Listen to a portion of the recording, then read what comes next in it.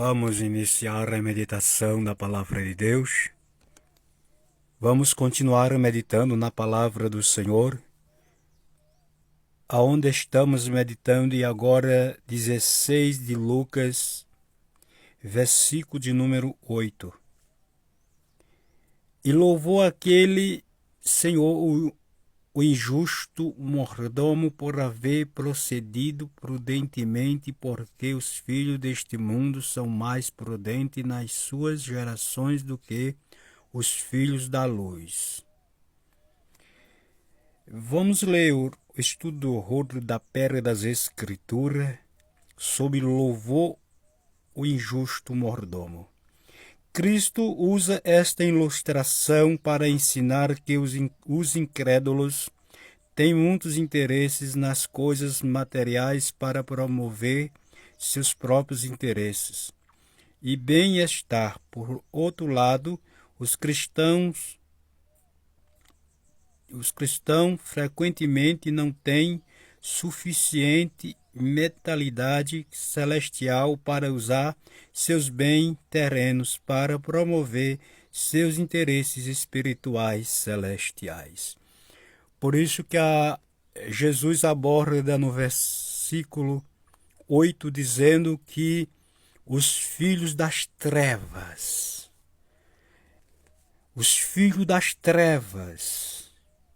eu quero lhe dizer, abordar que nesse sentido, que os filhos das trevas, e aqui está muito claro que esse mordomo não tinha nada a ver da parte de Deus. Por isso que a ilustração, a parábola, ela é feita sobre a infidelidade, despertando sobre aquele que se conduz na área da infidelidade.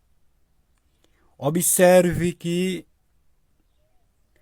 o senhor daquele mordomo injusto foi despedido e o patrão fica sabendo desta jogada que ele fez de dispensar, de diminuir a conta daqueles que o devia.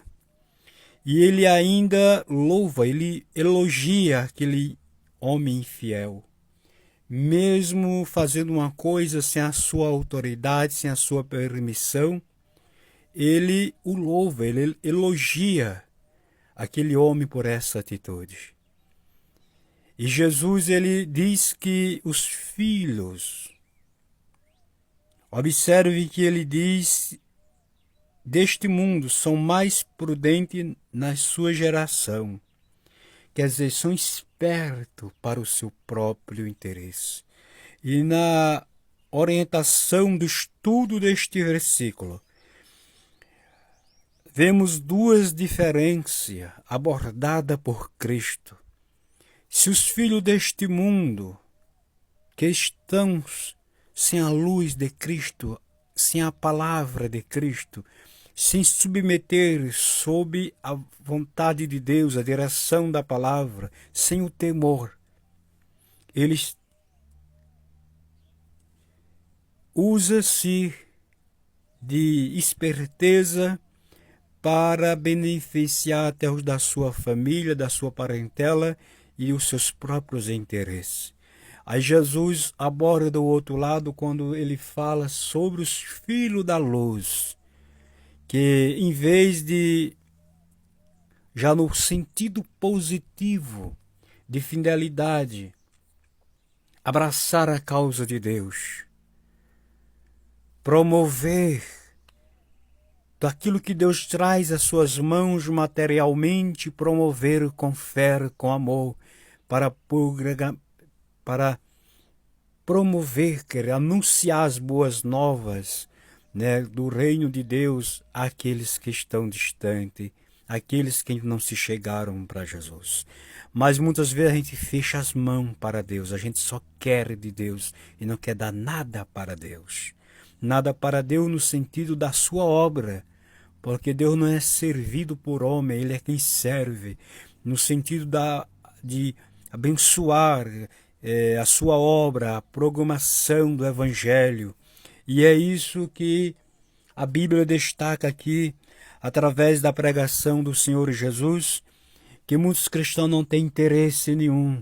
E quando fala em dar, é mesmo que bater, é mesmo que uma pedra, é mesmo que está falando com a pedra que não tem vida.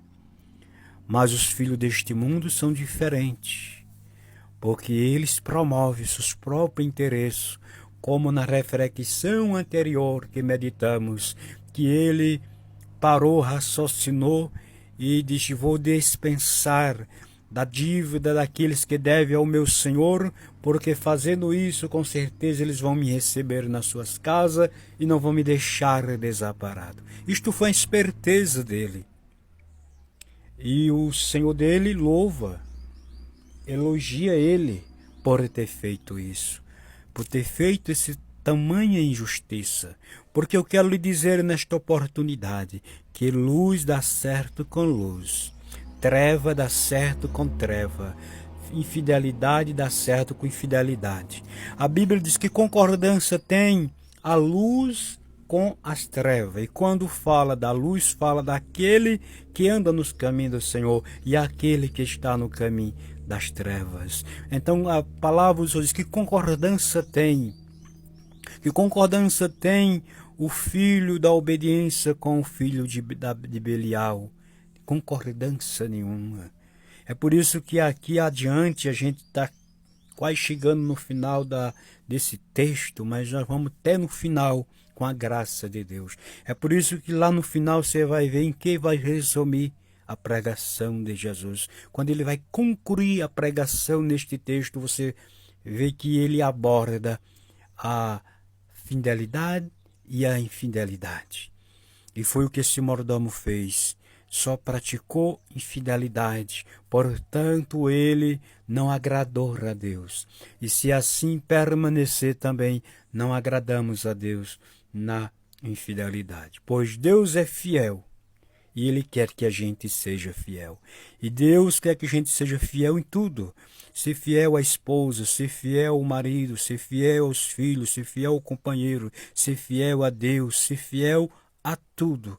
Ao seu serviço que você presta na empresa onde você trabalha, ser fiel ao seu patrão, ser fiel em tudo. O cristão que agrada a Deus, ele se destaca como Daniel se destacou no rei de Nabucodonosor.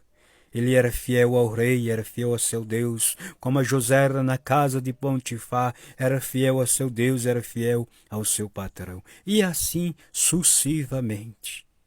Há pessoas que digam assim, mas Deus sabe o meu coração, e Deus sabe mesmo.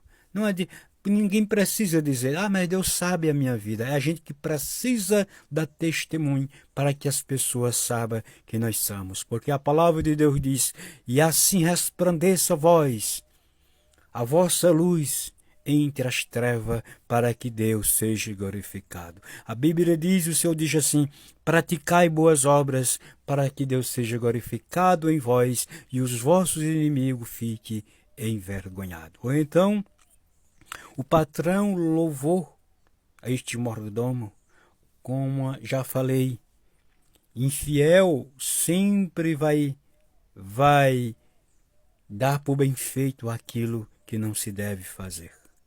Nós vemos hoje aí o pecado, como Jesus diz que no final dos tempos o amor esfriaria e a iniquidade se multiplicaria. E a gente vê homens da lei, a gente vê pessoas educadoras neste mundo dando certo por errado e o errado por certo. Né? Hoje não se tem mais